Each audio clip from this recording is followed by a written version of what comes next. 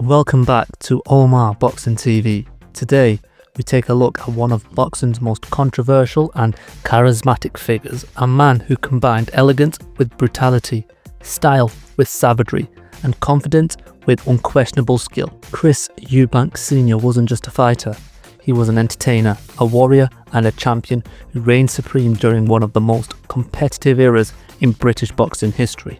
Born in Dulwich, London, and raised in a tough neighbourhood, Chris Eubank's life took a dramatic turn when he moved to the South Bronx at the age of 16 in 1982.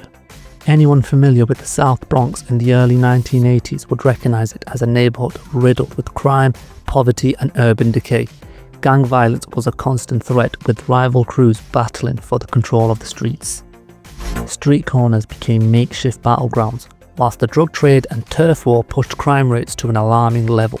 Burnt-out buildings lined the streets, abandoned cars sat rustling on curbs, and a sense of desperation filled the air. It was there that Chris Eubank became obsessed and honed his boxing skills, developing the unique mix of technical mastery and defensive brilliance that would define his career.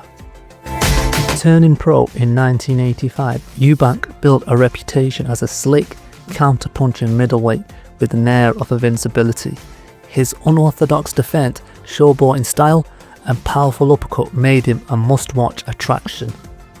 But it was in 1990 that he got his big break, a fight against the ferocious punching machine Nigel Benn. Benn vs Eubank, one of the greatest British rivalries in boxing history. Benn, the WBO middleweight champion, was a relentless destroyer. Eubank, the smooth counterpuncher, was determined to prove he was superior. There's an element of genuine hate between these two, Ambrose. For sure. I don't hate the man. I just want his WBO title. I personally do hate him. So is there any point in me asking you to shake hands after signing the contract? No. One was trying to take away something that the other one wanted to keep. You couldn't expect them to be just friendly. Why won't you face him tonight? I'll face the man in the ring. I can face him. I'm speaking to you. You're asking me questions. Anytime. You're asking me questions. I'm being polite and I'm facing you. I'm looking in your face. I have nothing to say to Nigel. I come up the hard way. I didn't have Frank prove Warren. myself, boy. You had your time. Let's have some parliamentary procedure here, all right? Oh, God.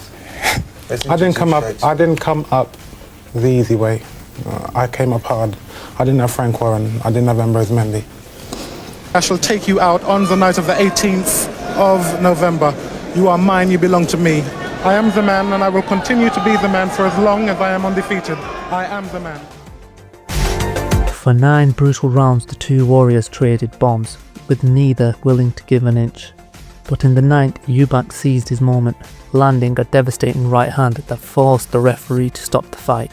He had done it. Chris Eubank was a world champion.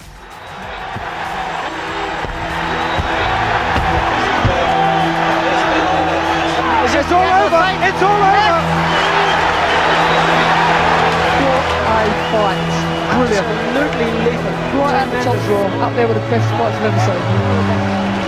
Yeah, we had a good fight. Really good fight. I'm not a sore loser. I was just very disappointed losing to him because I didn't like him. I'd been winded two or three times, which leaves you exhausted anyway. My ribs were bruised. I urinated blood for probably 2-3 days. I don't know. I'm in too much pain to talk, really. After conquering Benn, Eubank embarked on one of the most dominant reigns in British boxing history. He defended his WBO middleweight champion with a 9-0, dispatching top contenders with his trademark precision and footwork. But it wasn't his skills that made him stand out.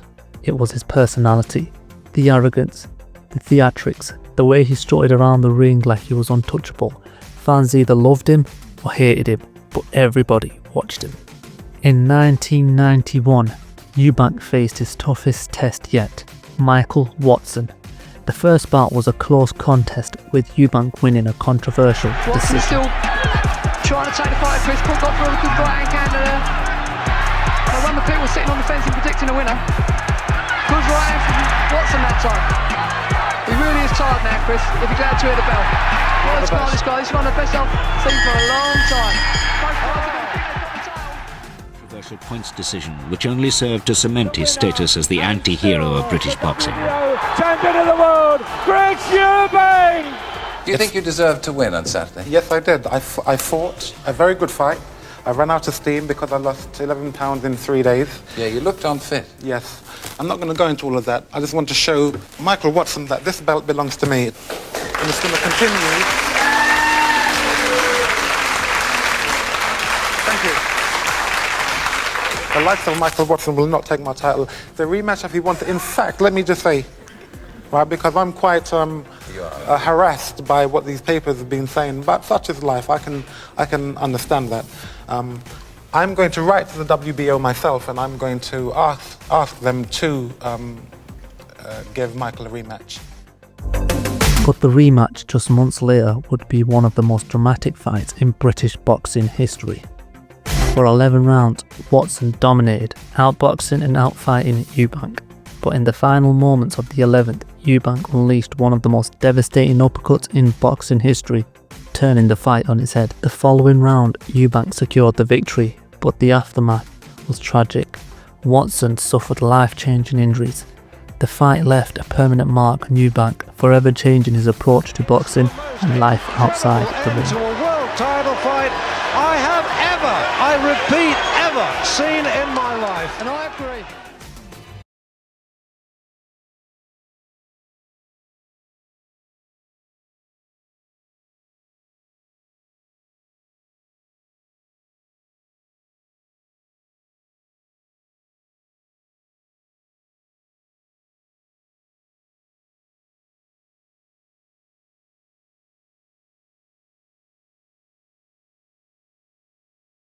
Good with a punch, and in scoring won the fight, but then left him paralyzed.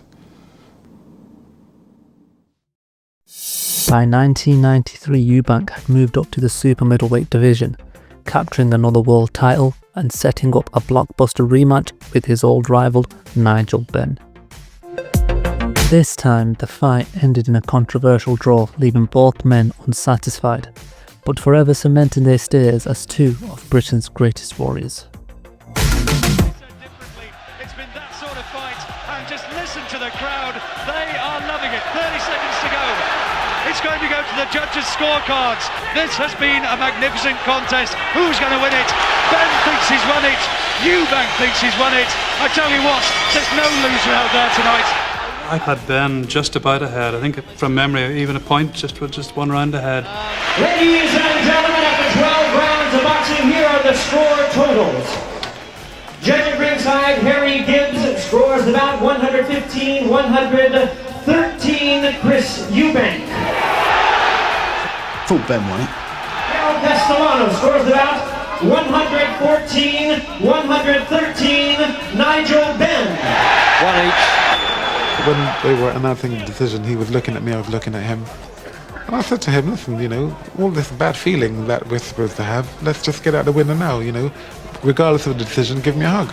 Chuck Bassett scores about 114 to 114, even a draw. The decision Yes, it's a draw. draw. Eubank continued to dominate the super middleweight division, defeating top names like Graciano Rochegani and Lindell Holmes. But by the mid-90s, new challenges were on the rise.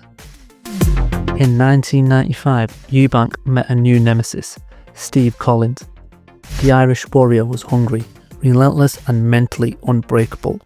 Eubank, still a world-class fighter, found himself outworked and outpointed in two grueling contests. Mandatory 8 count and another twist in the plot. He's okay, I think. And look at this, Gutsy comes back, and Eubank really does want to have a tear up with him now. Sensing that he may be behind, and there's a butt in there as well from Eubank, as well as the right hand. Some finish.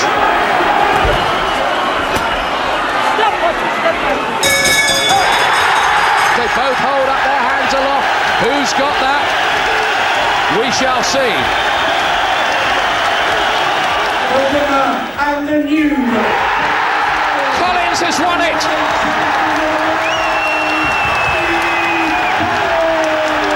Steve Collins carries out his pledge.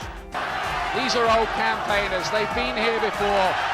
Oh, and Eubank now getting hit with his arms spread apart. What was that about? Keep yourself protected at all times. Yes, I think Eubank just wanted the referee to break it. Got through with two good rights. None of it. Eubank now is looking to land a knockout with every punch. That's a slip too. That's not a knockdown.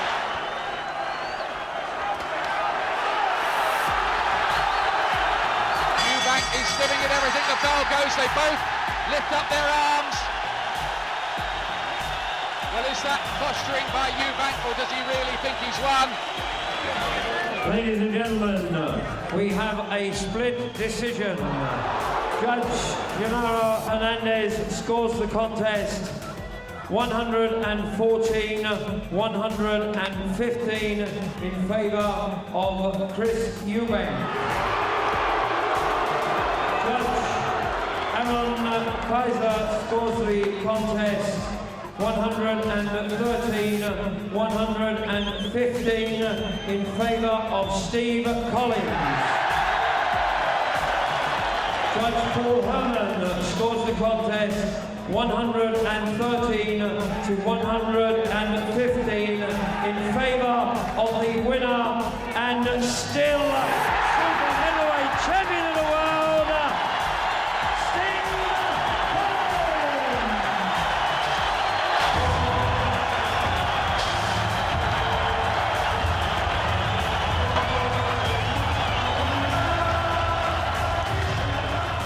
Now, there was a lot of bad blood beforehand.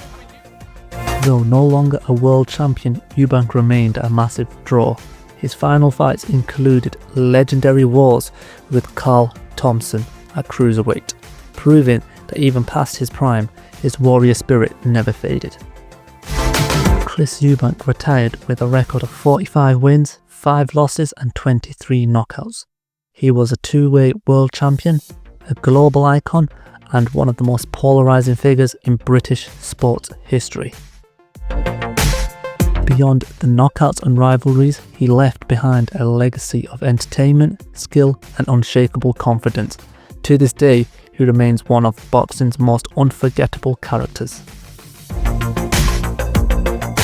If you enjoyed this look back at the career of Chris Eubank Sr, be sure to drop a like and subscribe for more in-depth looks at the greatest fighters in boxing history. This has been Omar Boxing, signing off.